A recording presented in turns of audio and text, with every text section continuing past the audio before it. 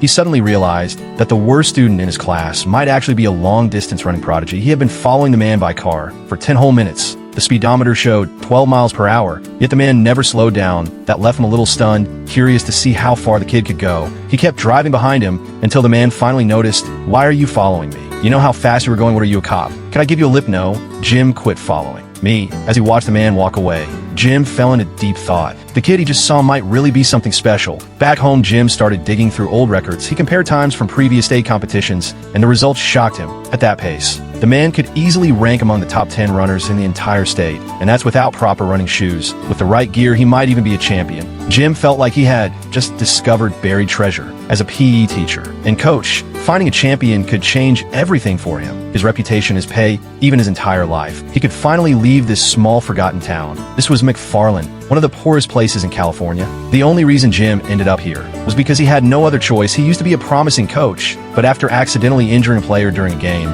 he was fired and labeled as hot-tempered. No school wanted him anymore. Desperate for a job, he moved his entire family to this dusty little town. They were used to city life, so everyone struggled to adjust. There wasn't even a proper restaurant around. Not a single place selling burgers, just tacos and burritos. Crime was bad, and Jim never felt safe. He hated everything about this place and wanted to leave that very day, but no other school would take him. So he had no choice but to stay and teach here. On his first day, he discovered just how undisciplined the students were. When he told them to warm up, 3 of them simply walked off, saying they had to go home to work on the farm. Jim didn't expect much anyway. He barely cared about the class. Just told the rest of them to jog a few laps and called it a day. But that's when he noticed something strange. These kids were good at running. Still, he didn't think much of it. Until one evening driving home, he saw Thomas. The man was running at 12 miles per hour again. Jim couldn't believe it. At that speed, Thomas could run a mile in 5 minutes. The world record for marathon pace was just slightly faster. Thomas was a rare talent. For the first time in a long while, Jim felt a spark of hope. If he could bring these runners together, form a cross-country team, and lead them to victory,